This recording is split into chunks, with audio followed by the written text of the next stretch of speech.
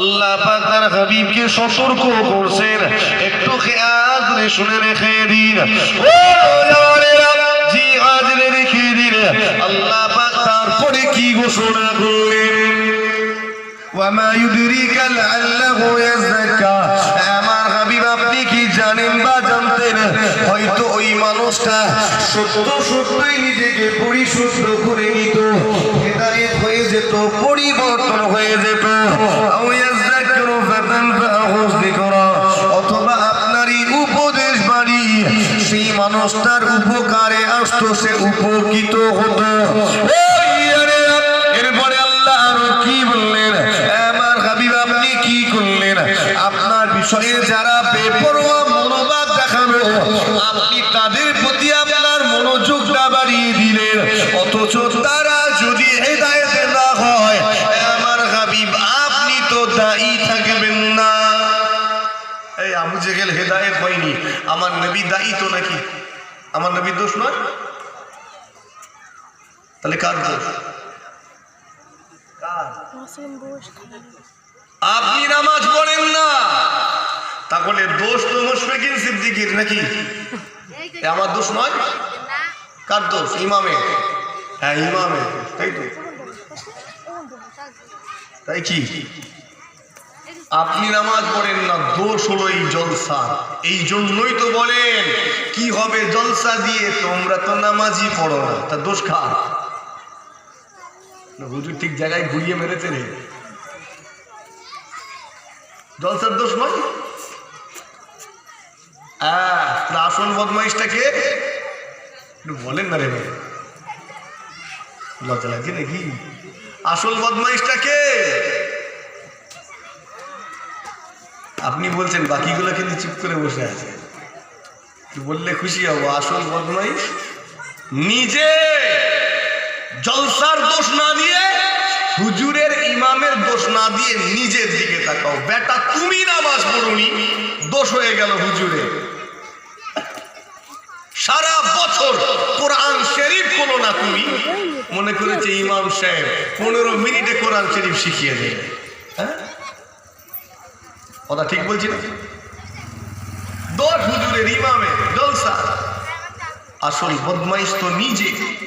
বদমাইশ বললাম বলে কি রাগ হলো নাকি? অসম্মান করলাম না? আমি আপনাকে অসম্মান করিনি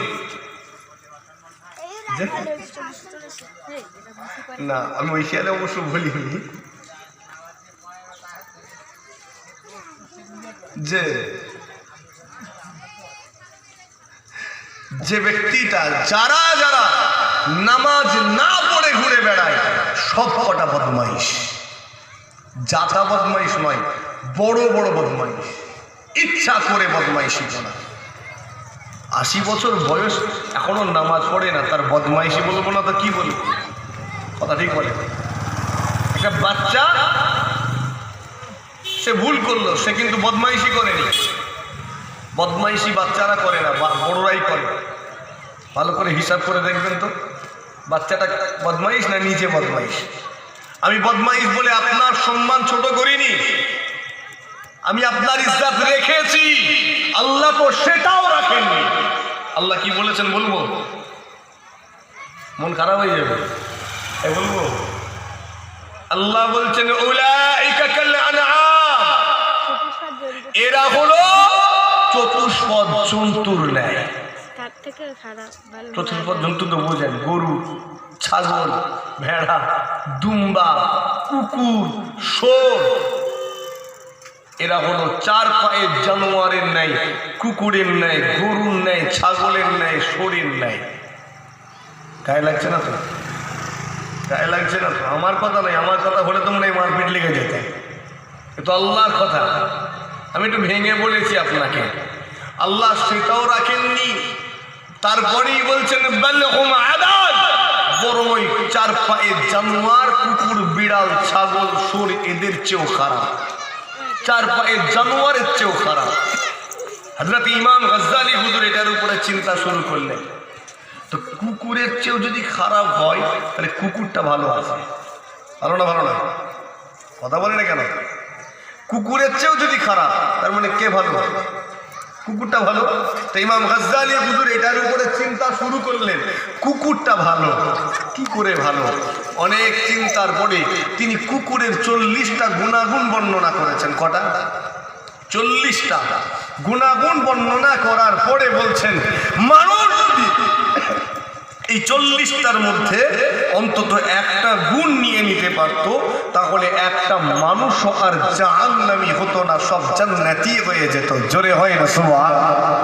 কোন মানুষ যদি একটা গুণ নিতে পারতো, তাহলে আর জাহান্নামী হতো না। সেই গুণটা কি? কুকুর কখনো তার মনিবের অবাধ্য হয় না। কুকুর কখনো তার মালিকের অবাধ্য হয় না।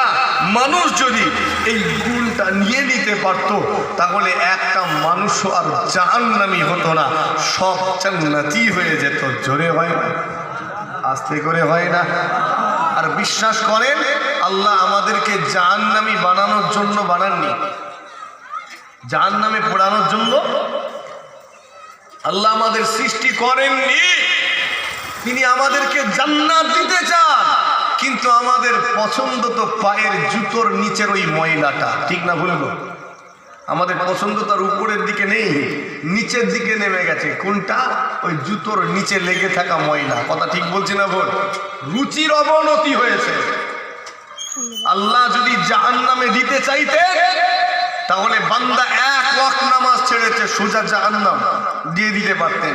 কিন্তু আল্লাহ সেটা করেছেন কি? সুযোগ দিয়েছেন, বান্দা তোর নামাজ ছেড়ে গেছে, চিন্তা করিস না, আমি তোকে জান্নাত দেব, খালি সুযোগ পেলেই আদায় করে নিবি। একবার জোরে হয় না? আল্লাহ জাহান্নাম থেকে বাঁচাতে চান, জান্নাত দিতে চান, এজন্য সুযোগ দিলেন। গুনার পাহাড় বানিয়ে ফেলেছো, বান্দা তুমি চিন্তা করো না, আমি আল্লাহ তোমাকে জান্নাত দেব, তবে একবার খালিস তওবা করো, সচ্চা তওবা করো। আল্লাহ সুযোগ দিয়েছেন বান্দাকে জান্নাতে যাওয়ার। একবার জোরে হয় না সুবহানাল্লাহ? আচ্ছা বলেন তো, কোনটা বেশি, জান্নাত বেশি না জাহান্নাম বেশি? হ্যাঁ? তো আল্লাহ বান্দাকে কোথায় বেশি দিতে চান? জান্নাতেই তো বেশি দিতে চান, এজন্য একটা বেশি বানিয়েছেন। আরো জোরে হয় না সুবহানাল্লাহ? আস্তে করে হয় না? বুঝতে অসুবিধা হচ্ছে না তো? নওজওয়ানেরা, তরুণীরা, আমার মুরব্বিয়ানেরা, আল্লাহ পাক পরস্পর আয়াত নাযিল করলেন, জিবরাইল আলাইহিস সালাম তিলাওয়াত করলেন। আল্লাহ পাক তার হাবিবকে বলতে লেগেছেন, আমার হাবিব আপনি কেন বারবার করে আবু জাহেল, আবু লাহাব, উতবা, শাইবা, ওয়ালিদ ইবনে মুগীরার কাছে গিয়ে বারবার করে তাদেরকে দাওয়াত দিতে লেগেছেন? তারা যদি হেদায়েত না হয়, আপনি তো দায়ী থাকবেন না। আপনি কেন আমার ইসলামটাকে তাদের কাছে নত করে দিচ্ছেন? ইসলাম তো কোনো জায়গায় নত হবে না। কেন আপনি বারবার করে তাদের কাছে গিয়ে জোর করে করে তেলিয়ে তেলিয়ে দাওয়াত দিচ্ছেন? কাউকে তেলানোর দরকার নাই। যদি কারো দরকার থাকে, আমার ইসলামে এসে নত হবে। আমার ইসলাম কি সস্তা? আপনি নামাজ পড়েন না, আপনার হাত ধরে ধরে নিয়ে যাবো নাকি? কথা বলেন, আপনাকে হাত ধরে নিয়ে যেতে পারবো না আমি? না, এ অধিকার আমার নেই। একটা আলেমের অধিকার কতটা, সে জানিয়ে দেবে, তার অধিকার শেষ, ঠিক না বলবো? আমি জানিয়ে দেবো, আমার দায়িত্ব আমি পালন করলাম। আলেমের দায়িত্ব হলো জানিয়ে দেওয়া, পালন করানোটা আলেমের দায়িত্ব নয়। পালন করবে কি না, ওটা একান্তই নিজস্ব সিদ্ধান্ত। কথা ঠিক না বল? আমার দায়িত্ব জানিয়ে দেওয়া, আমি রেহাই পেয়ে যাব। আপনি পালন করলে রেহাই পাবেন, না করলে ফেঁসে যাবেন। না হলে আপনি পারবেন, আমি নয়। আপনি নামাজ ছেড়ে দিলে আমি মারতে পারবো? এই কথা বলেন, পারবো না? কে মারবে আপনাকে? নামাজ ছেড়ে দিলে আপনাকে মা বাপ মারবে, ঠিক বলছি না বল? কে মারবে? মা বাপ। 12-10 বছর বয়স, নামাজ পাঠিতে দাঁড়ান না, তারা মারবে, এই নামাজ পড়। 12 বছর হয়ে গেছে, নামাজ পড়েন না, লাঠিটা মারবে, টুক করে ঘর থেকে বার করে দেবে, ঝামেলা শেষ, ঠিক না বল? আমি মারতে পারবো না, মা বাপ। ভালো করে আমার কথা বলবেন। একটা